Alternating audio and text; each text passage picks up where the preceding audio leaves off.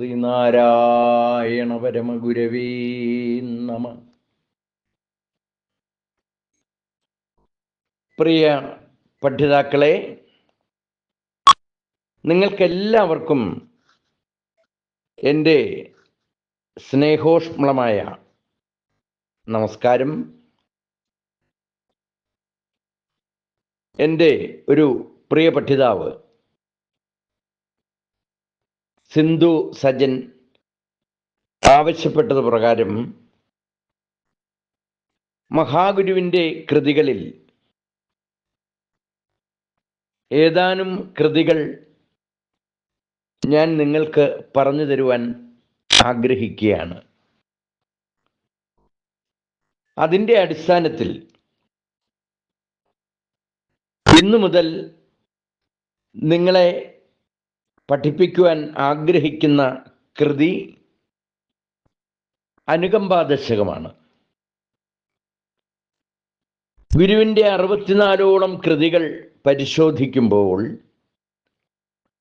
ദാർശനിക കൃതികൾ, പ്രബോധനാത്മക കൃതികൾ, സ്തോത്രകൃതികൾ, തർജുമകൾ, ഗദ്യകൃതികൾ എന്നീ വിഭാഗങ്ങളിൽ പെടുന്നു.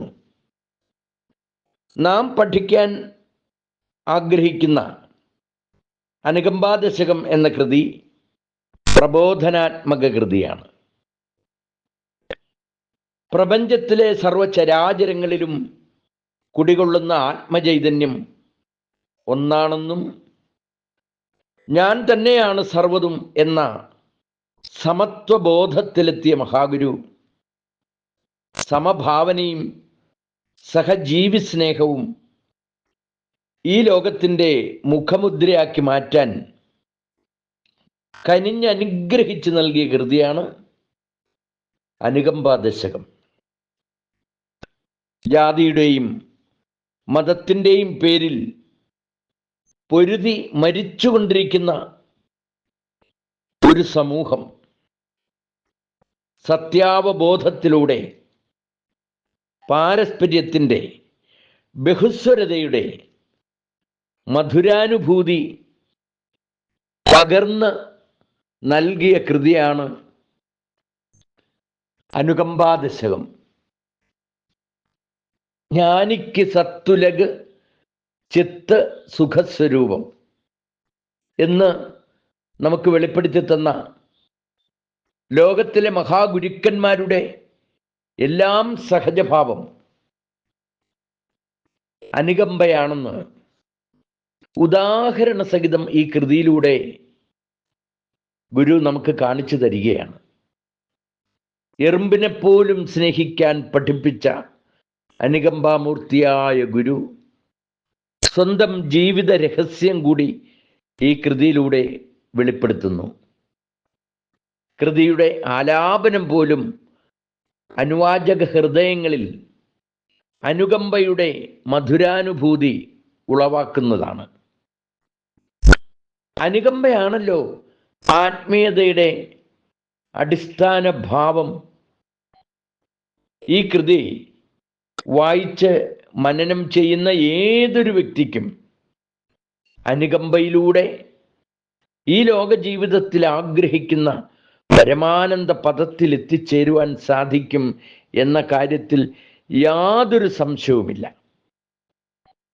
ഈ കൃതി പഠിക്കുന്നതിന് മുമ്പ് ഞാൻ എൻ്റെ പ്രിയ പഠിതാക്കളോട് അപേക്ഷിക്കുകയാണ്.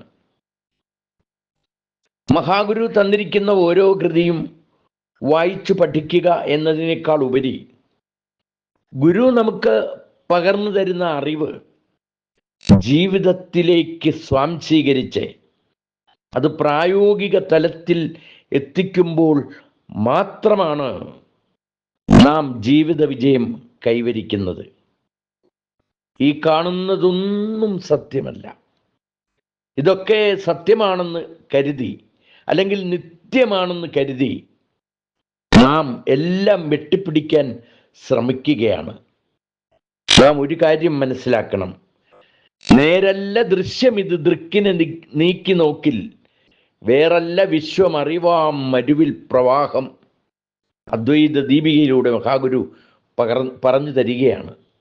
കാണുന്ന കണ്ണിനെ അഥവാ കാഴ്ചക്കാരനെ ഒഴിവാക്കിക്കൊണ്ട് ചിന്തിച്ചാൽ ഈ കാണുന്ന ബാഹ്യപ്രപഞ്ചം സത്യമല്ല, ഇല്ലാത്തതാണെന്ന് ബോധ്യമാകും.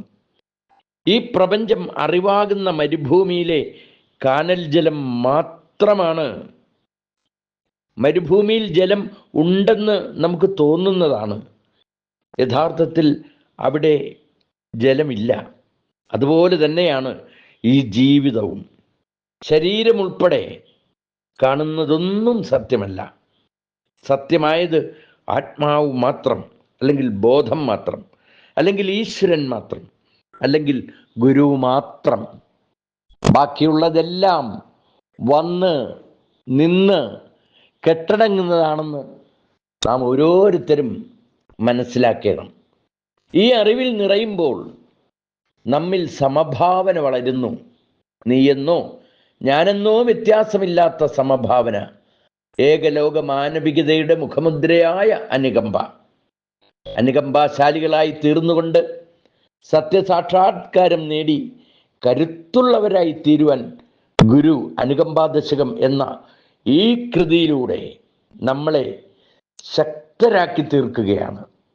സ്വാർത്ഥത വെടിഞ്ഞുകൊണ്ട് സത്യബോധത്തിൽ നിറഞ്ഞ് അന്ധകാരത്തിൽ അകപ്പെടാതെ ജീവിതം പരമാനന്ദകരമാക്കി തീർക്കുവാനുള്ള ശാന്തി മന്ത്രമാണ് അനുകമ്പാ ദശകം.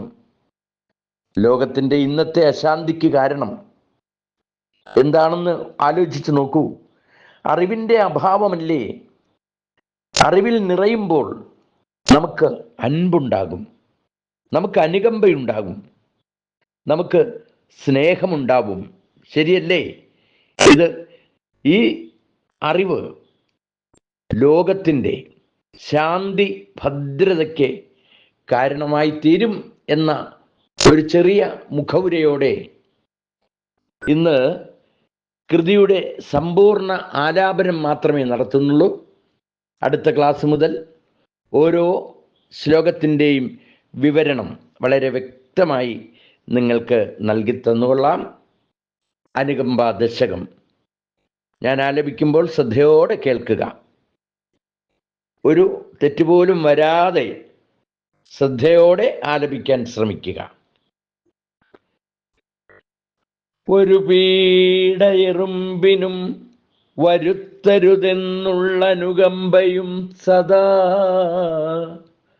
കരുണാകര നൽകുകുള്ളിൽ നിൻ തിരുമൈ വിട്ടകലാതെ ചിന്തയും.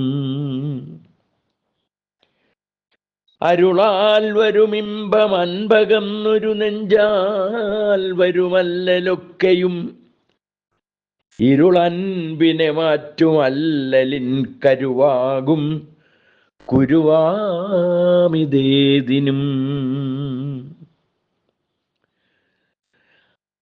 അരുളൻപനുകമ്പമൂന്നിനും പൊരുളൊന്നാണിതു ജീവതാരകം. അരുളുള്ളവനാണു ജീവിയെന്നുരുവിട്ടിടുകൈ നവാക്ഷരി. അരുളില്ലയതെങ്കിലസ്ഥിതോൽ സ്ഥിരനാറുന്നൊരുടമ്പുദാനവൻ. മരുവിൽ പ്രവഹിക്കുമമ്പുവ പുരുഷൻ നിഷ്ഫലഗന്ധപുഷ്പമാം. വരുമാറുവിധം വികാരവും വരുമാറില്ലറിവിന്നിതിന്നു നേർ. ഉരുവാമുടൽ വിട്ട് കീർത്തിയാമുരുവാർ നിങ്ങനുകമ്പ നിന്നിടും. പരമാർത്ഥമുരച്ചു തേർവിടും പൊരുളോ ഭൂതദയാക്ഷമാബ്ദിയോ സരളാദ്വയ ഭാഷ്യകാരനാം ഗുരുവോ ഈ അനുകമ്പയാണ്ടവൻ. പുരുഷാകൃതി പൂണ്ട ദൈവമോ നരദിവ്യാകൃതി പൂണ്ട ധർമ്മമോ പരമേശ പവിത്രപുത്രനോ കരുണാവാൻ നബിമുത്തുരത്നമോ. ജ്വരമാറ്റി വിഭൂതി കൊണ്ടു മുന്നരിതാം വേലകൾ ചെയ്ത മൂർത്തിയോ അരുതാതെ വലഞ്ഞു പാടി ഔദരമാം നോവു കെടുത്ത സിദ്ധനോ ഹരനെഴുതി പ്രസിദ്ധമാം മറയുന്നു ദിയമാമുനീന്ദ്രനു മരിയാതുടലോടു പോയൊര പരമേശന്റെ പരാർധ്യഭക്തനോ നരരൂപമെടുത്തു ഭൂമിയിൽ പെരുമാറിയിടിന കാമധേനുവോ പരമാത്ഭുത ദാനദേവത തരുവോ ഈ അനുകമ്പയാണ്ടവൻ. ഈ കൃതിയുടെ ഫലശ്രുതി: അരുമാമറയോതുമർത്ഥവും ഗുരുവോതും മുനിയോതുമർത്ഥവും ഒരു ജാതിയിലുള്ളതൊന്നു താൻ പൊരുളോർത്താലഖിലാഗമത്തിലും അഖിലാഗമത്തിനും. പ്രിയ പഠിതാക്കളെ, ക്ലാസ് ശ്രദ്ധയോടെ കേൾക്കുക. ഇന്നത്തെ ക്ലാസ് അവസാനിക്കുന്നു. നന്ദി, നമസ്കാരം.